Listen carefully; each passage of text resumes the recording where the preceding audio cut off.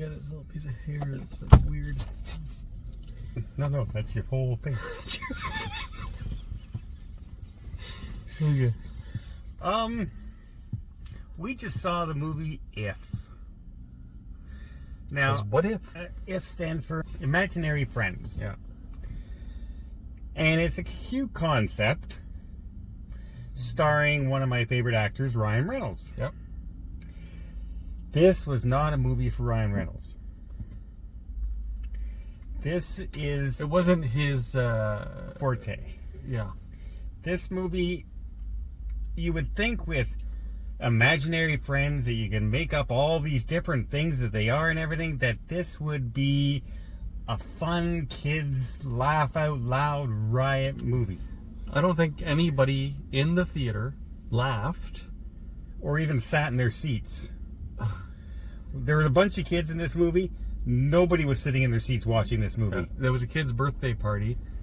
5 kids watching a movie, and they weren't interested at all. They never once watched the movie. No. Because and you know what? I can't really blame them. If I was a kid watching this movie, I would have been bored out of my skull. Yeah, it wasn't captivating the way it should have been. And listen, the CGI was fantastic. Yeah. The characters were fantastic. All the acting was fantastic. It's the just, story. It's not a kid's movie. No. The story was just and it's not very good. separate. Like, there's a very long build up to this beginning where you see her and her parents when she's a young girl, and you know something's going to go happen. You know something's going to, and all of a sudden it just goes, Mom's not around anymore and Dad's in the hospital. Yeah. Just like this. No explanations. No, we don't know. We still don't know really why Dad was in the hospital. I guess he was getting a heart transplant. He has a heart that was problem. his thing? Broken heart. Yeah, okay. Yeah. But it's John Krasinski. Yeah. Is playing the role. But here's the thing. She starts going on this adventure with this guy she meets upstairs that is in charge of all the ifs. Right.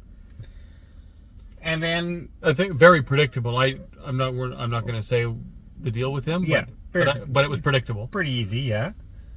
But here's the thing I got a kick at, like, questioning, is whenever she goes to the hospital to see her dad, she literally walks in, gives him flowers, and then leaves again. Yeah. Her dad's in the hospital getting a heart transplant or something. The whole reason she's there in the whole city is because of that. Is because her dad is in the hospital.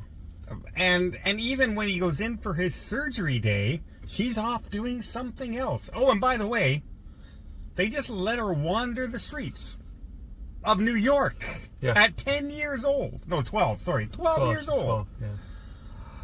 No, like very disoriented from the rest of the story.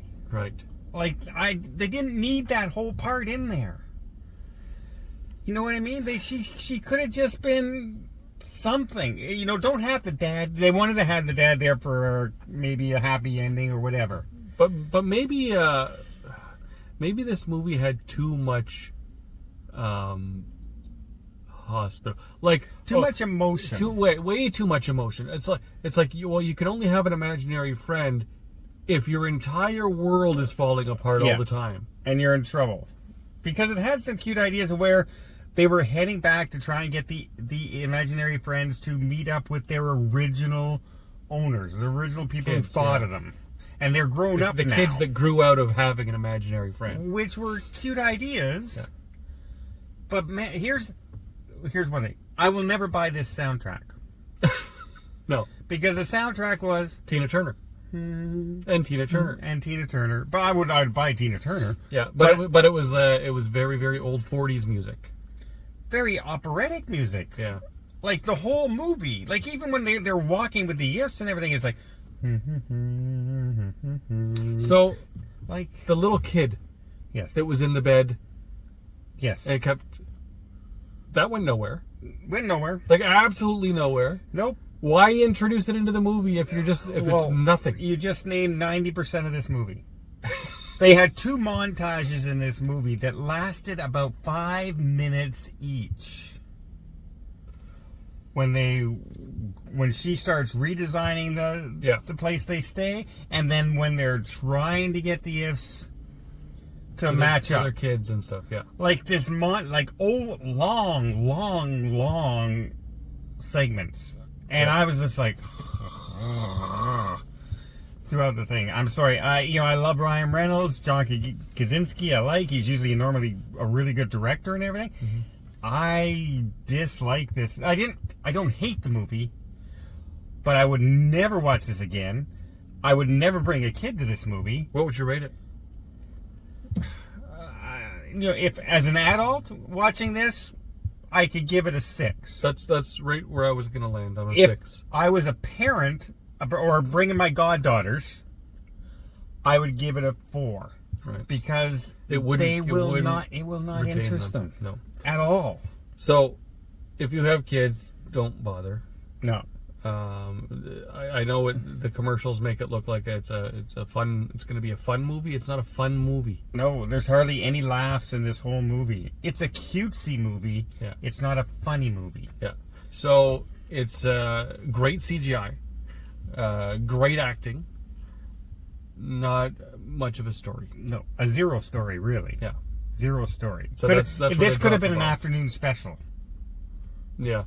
Half-hour afternoon special. That's how one easy, quick line this whole story is. Mm-hmm. So, if you're thinking on going to see this, don't.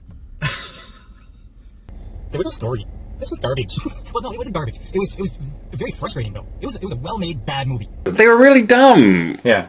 Like, I don't understand that whole writing. I think this is a fail, and I think it's going to be canceled. Just went on and on, it seemed to me, and I didn't laugh at all.